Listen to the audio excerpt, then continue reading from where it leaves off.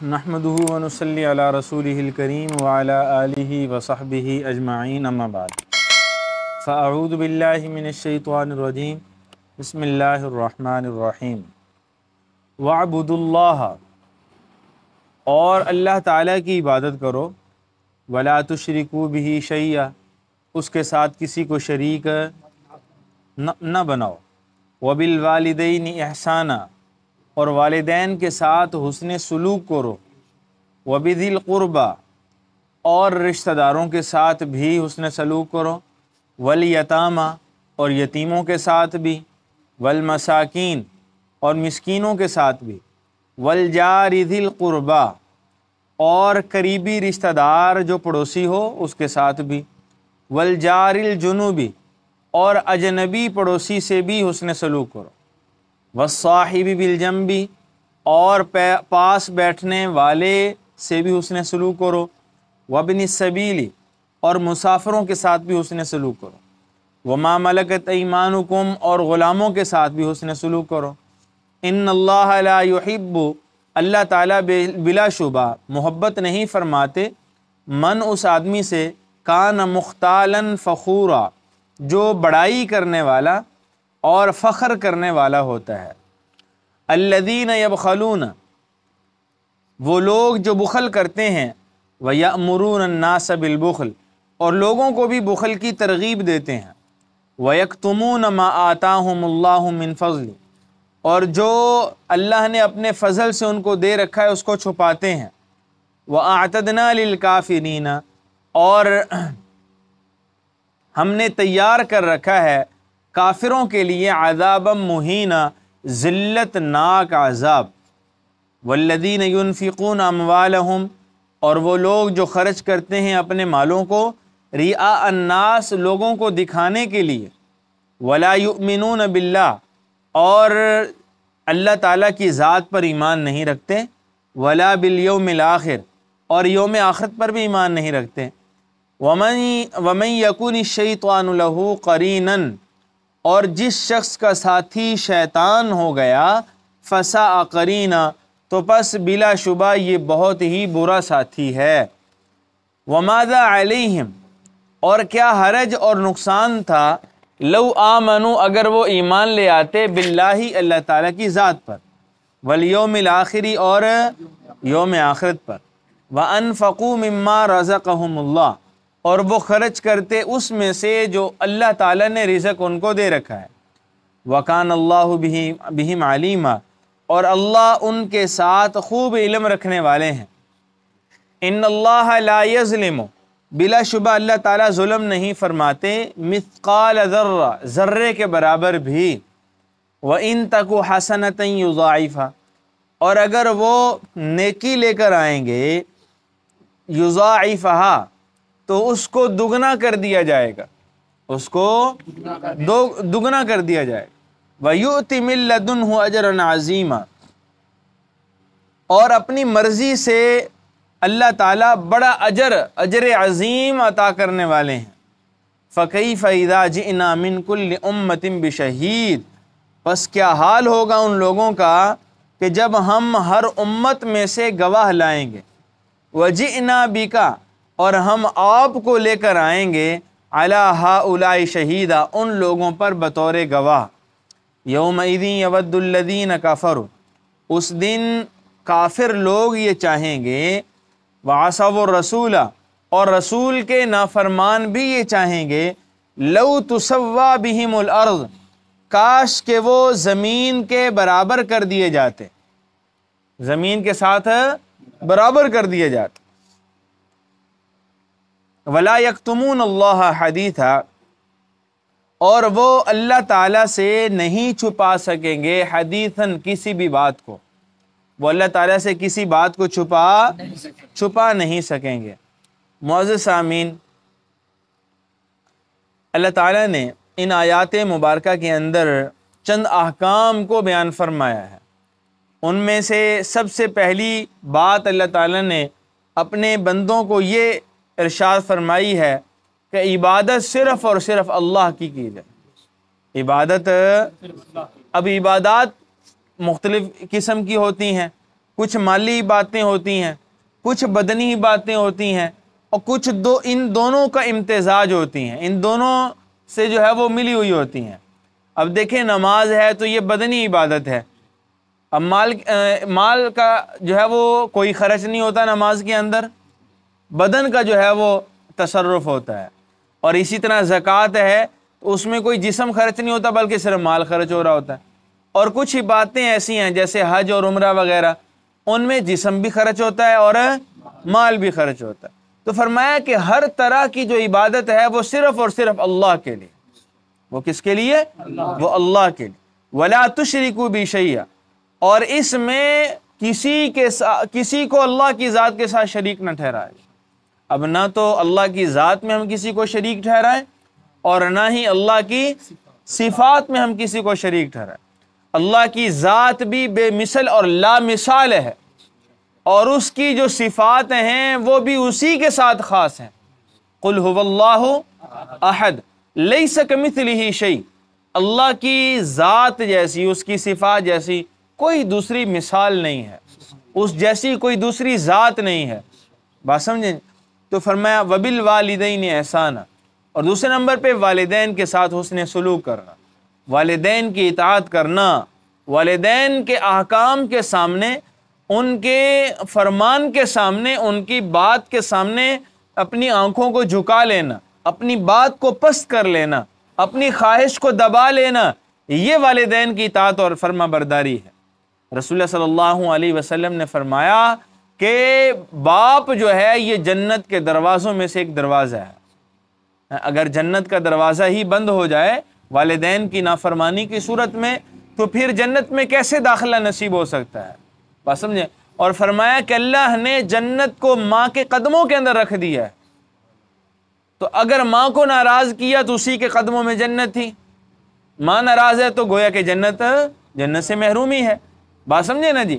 تو گویا کہ جنت کو اللہ تعالیٰ نے والدین کی اطاعت و فرما برداری میں رکھ دیا ہے، اور نبی اکرم صلی اللہ علیہ وسلم نے یہ حدیث مبارکہ بتا کر تو ساری بات ہی ختم کر دی۔ حضور نے فرمایا کہ والدین کی اطاعت کرو اگرچہ وہ کافر ہوں، اگرچہ وہ کیا ہوں؟ ہاں، اب عقائد کے اندر اطاعت نہیں ہوگی، اعمال میں اطاعت نہیں ہوگی، لیکن معاشرت میں ان کی اطاعت اب بھی ضروری ہے، ان کی خدمت اب بھی ضروری ہے اگرچہ وہ کافر ہوں۔ بات سمجھے نا جی؟ کافر ہیں تو کیا ہوا، تمہارے والدین تو ہیں، کافر ہیں تو کیا ہوا، ماں باپ تو ہیں، کافر ہیں تو کیا ہوا، تم ان کی اولاد تو ہو، ان کا خون تو ہو۔ بات سمجھے نا جی؟ اور قیامت کی جو ہے وہ نشانیوں میں سے ایک نشانی یہ بھی ہے کہ قرب قیامت میں والدین کے ساتھ جو ہے وہ حسن سلوک باقی نہیں رہے گا۔ بات سمجھے نا؟ اب دیکھیں اللہ تعالیٰ نے 15ویں پارے میں یہ بات ارشاد فرمائی کہ وَقَضَىٰ رَبُّكَ أَلَّا تَعْبُدُوا إِلَّا إِيَّاهُ وَبِالْوَالِدَيْنِ إِحْسَانًا، کہ جو وہاں پہ طاعت کا حکم دیا تو پہلے نمبر پہ اللہ نے اپنی عبادت کا حکم دیا، اپنی اطاعت کا حکم دیا، اور ساتھ ہی اللہ تعالیٰ نے والدین کی اطاعت کا حکم دیا، اور فرمایا وَلَا تَقُلْ لَهُمَا أُفٍّ وَلَا تَنْهَرْهُمَا وَقُلْ لَهُمَا قَوْلًا كَرِيمًا، کہ ان کے سامنے اف بھی، وَاخْفِضْ لَهُمَا جَنَاحَ الذُّلِّ مِنَ الرَّحْمَةِ، اور اپنے رحمت کے بازو ان کے سامنے بچھائے پھرو، وَقُلْ لَهُمَا قَوْلًا كَرِيمًا، اور جب بھی ان سے بات کرو تو انتہائی نرمی اور محبت کی بات کرو، اور فرمایا کہ تم ان کے سامنے اف تک بھی نہ کہو۔ اور فقہا فرماتے ہیں کہ اف یہ کلمہ تکلیف ہے، اور جتنے کلمات تکلیف ہیں ان سب سے ہلکا کلمہ اف ہے۔ اف گالی تو نہیں نا، اف کوئی جھڑک تو نہیں نا، اف کوئی تانا تو نہیں، ایک صرف جو ہے ایک بیزاری کا ایک نشان ہے نا، بیزاری کا اظہار ہے کہ یہ آپ نے کیا کہا، اف یہ کہہ دیا۔ تو فرمایا کہ یہ جو کلمات تکلیف ہیں ان میں سے جو سب سے ہلکا کلمہ ہے تمہیں وہ بھی کہنے کی اجازت نہیں ہے۔ بس جب اف کہنے کی اجازت نہیں ہے تو پھر کیا گالیاں نکالنے کی اجازت ہوگی؟ کیا ان کے سامنے اونچی آوازوں سے بات کرنے کی اجازت ہوگی؟ کیا ان کے جو ہے وہ حقوق کو پامال کرنے کی اجازت ہوگی؟ کیا ان کی نافرمانی کرنے کی اجازت ہوگی؟ اور فرمایا کہ اگر کوئی والدین کو ناراض کرتا ہے تو پھر وہ جنت کے دروازوں سے بھی محروم ہو جاتا ہے۔ بات سمجھے نا جی؟ ہاں، اور فرمایا کہ رضا ربی فی رضا الوالد، رسول اللہ صلی اللہ علیہ وسلم فرمایا کہ والد کی رضا، جو خدا کی رضا ہے، اللہ کی رضا ہے، وہ والد کی رضا میں ہے۔ والد راضی ہوگا تو اللہ بھی راضی ہوں گے، ٹھیک ہے نا جی؟ اب یہاں پہ ماں کے راضی ہونے کو اللہ کی رضا نہیں بتلا، اس لیے کہ ماں آسانی سے راضی ہو جاتی ہے نا، ٹھیک ہے جی؟ والد کی رضا میں اللہ نے اپنی رضا رکھی ہے، اس لیے کہ والد کی رضا والدہ کی بنسبت رضا ان کی مشکل ہوتی ہے۔ بات سمجھ رہے ہیں نا جی؟ اب والد کی رضا میں اللہ کی رضا ہے، اور فرمایا کہ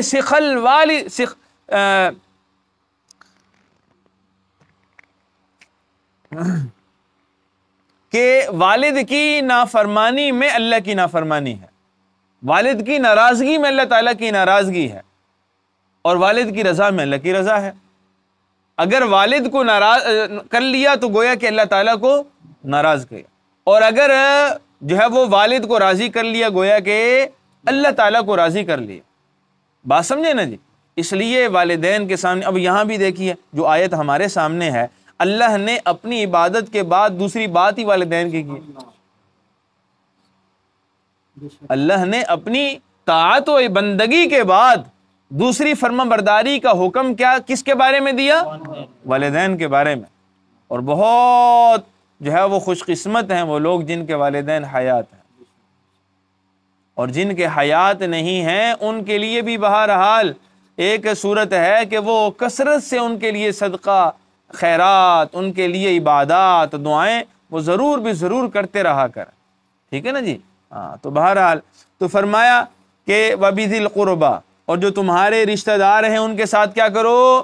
احسان کا معاملہ، ان کے ساتھ حسن سلوک، اور فرمایا کہ وَالْيَتَامَى، جو یتیم ہیں ان کے ساتھ حسن سلوک۔ یتیم کی میں نے آپ کو تعریف بتائی تھی کہ بلوغت سے پہلے بچہ ہو یا بچی ہو، اگر ان کے والد فوت ہو جائے تو وہ کیا کہلاتے ہیں؟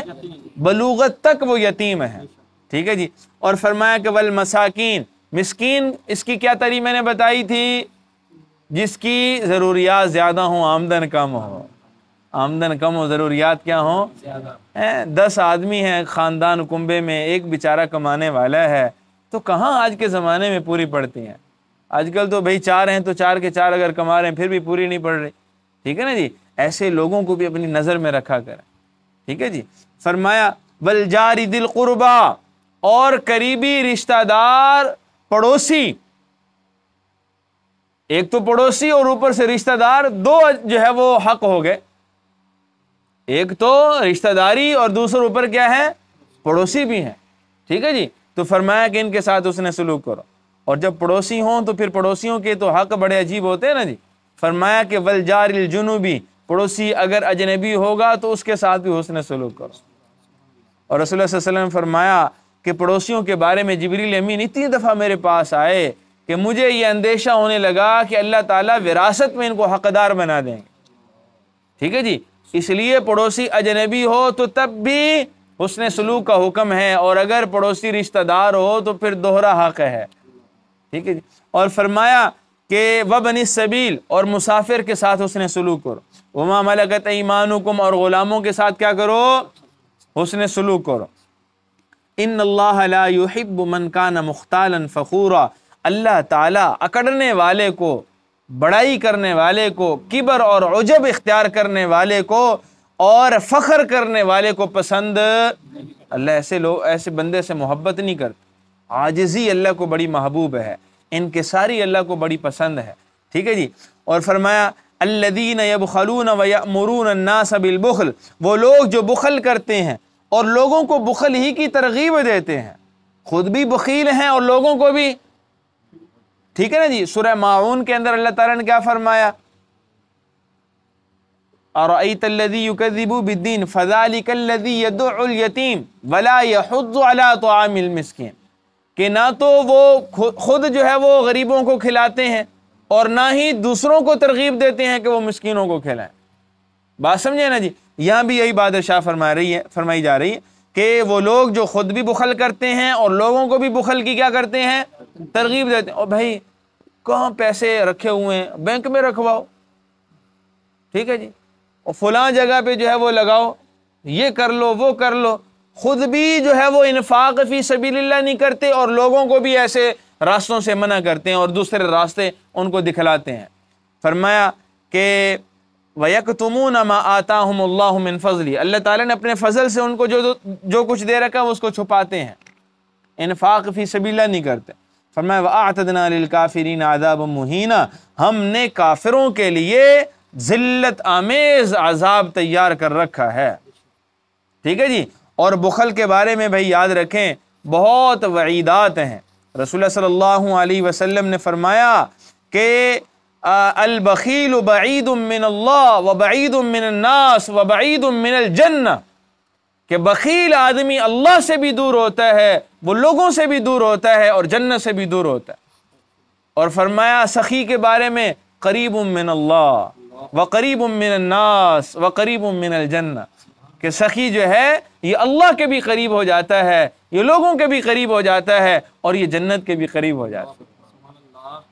بات سمجھیں؟ اس لیے سخاوت یہ بھائی اللہ تعالیٰ کی عطاؤں میں سے خاص عطا ہے، اس کو اپنانے کی کوشش اللہ سے مانگنا چاہیے۔ اور اسی طرح جو ہے وہ فرمایا اللہ تعالیٰ کے پیغمبر نے کہ لا يدخل الجنت خب ولا منان ولا بخیل، کہ دھوکہ دینے والا اور احسان جتلانے والا اور بخل کرنے والا یہ جنت میں داخل نہیں ہو سکے۔ اس لیے بخل سے اپنے آپ کو بچانا چاہیے۔ اور فرمایا کہ والذین ينفقون اموالهم رئاء الناس، وہ لوگ جو لوگوں کو دکھلانے کے لیے اپنا مال خرچ کرتے ہیں۔ کس لیے مال خرچ کرتے ہیں؟ دکھلاوے کے لیے۔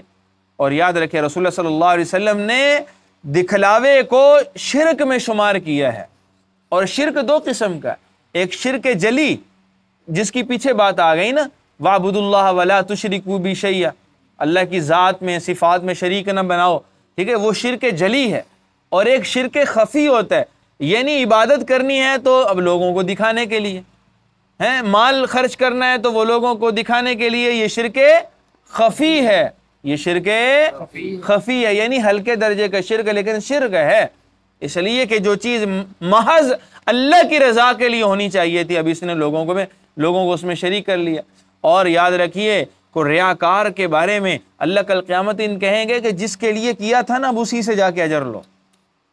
حتیٰ کہ بڑے بڑے اجر عمل کرنے والے لوگ، بڑے بڑے عمل کرنے والے لوگ، شہید، عالم، سخی، خون پسینے کی کمائی خرچ کرنے والا، جب یہ اللہ کے دربار میں آئے گا اللہ کہیں گے میرے پاس کچھ نہیں تمہارے لیے، اور جن کے لیے تم نے خرچ کیا اب جاؤ ان کے پاس، جن کو بہادری دکھانے کے لیے شہید ہو گئے اب جاؤ ان کے پاس، جن کو علم ظاہر کیا کہ لوگ علامہ فہامہ اور بڑا عالم مفتی کہیں اب جاؤ ان کے پاس جا کے عمل لو اور ان سے اجر لو، میرے پاس دینے کے لیے کچھ بھی نہیں، میرے لیے کون سا عمل کیا تھا۔ تو جب بڑے بڑے عمل ٹھکرا دیے جائیں گے تو چھوٹے چھوٹے عمل ان پہ جو ہے اگر ان میں ریا ہوگی تو یہ اللہ کے ہاں کیسے اجر پاؤ گے بھائی؟ سمجھے یا نہیں سمجھے؟ ریا کا اللہ کے پاس کوئی اجر، ریا سے عمل کھوکھلا ہو جاتا ہے چاہے وہ پہاڑوں کے برابر کیوں نہ ہو۔ شہید سے بڑا کوئی، شہادت سے بڑا کوئی عمل ہو سکتا ہے بھائی؟ جہاد سے بڑا کوئی عمل ہو سکتا ہے؟ اور وہ مجاہد جو پھر اللہ کے راستے میں شہید ہو جائے، عالم جس نے ساری زندگی علم کے لیے وقف کر دی، وہ سخی جس نے اپنی خون پسینے کی کمائیوں کو اللہ کے راستے میں یعنی انفاق خرچ کر دیا، اب ان سے بڑا کوئی عمل ہے؟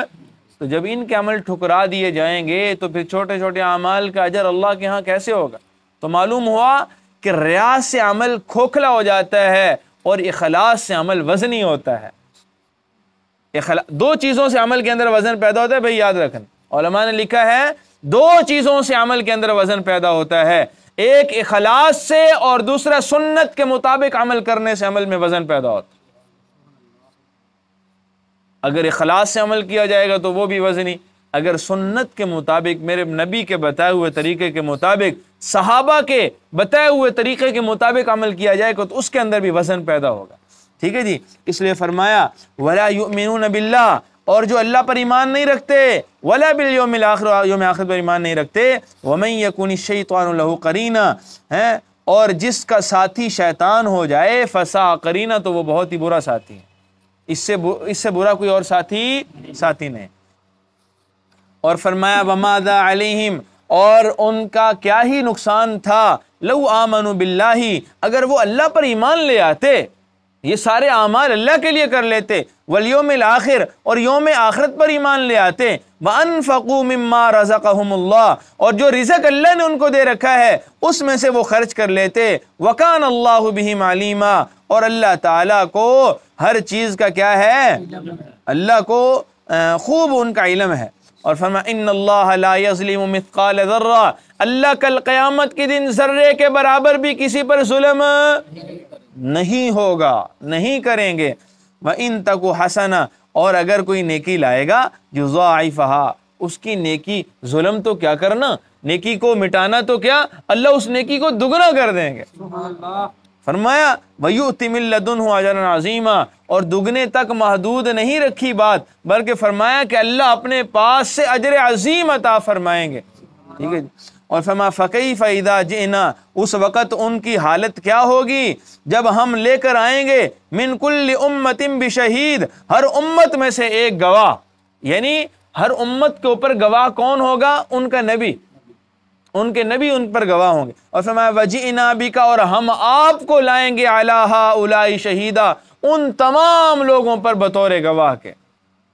وہ اپنے اپنے نبی جو گواہ آئیں گے اس کا انکار کر دیں گے، امتیں انکار کر دیں گی، اپنے اپنے پیغمبر کو کیا کر دیں گی، جھٹلا دیں گی، ٹھیک ہے جی۔ تو پھر ان کے اوپر گواہ پر گواہ کون بنے گی، امت محمدیہ گواہ بنے گی، بات سمجھیں جی۔ اور امت محمدیہ سے پوچھا جائے گا، وہ اعتراض کریں گے یہ کیسے گواہ بن سکتے ہیں، ہم تو ان کو جانتے بھی نہیں، ہم نے تو ان کو دیکھا بھی نہیں ہوا، ہمارا زمانہ نہیں پایا، ٹھیک ہے جی، ہمارے ہم عصر نہیں تھے، یہ گواہ کیسے بن سکتے ہیں۔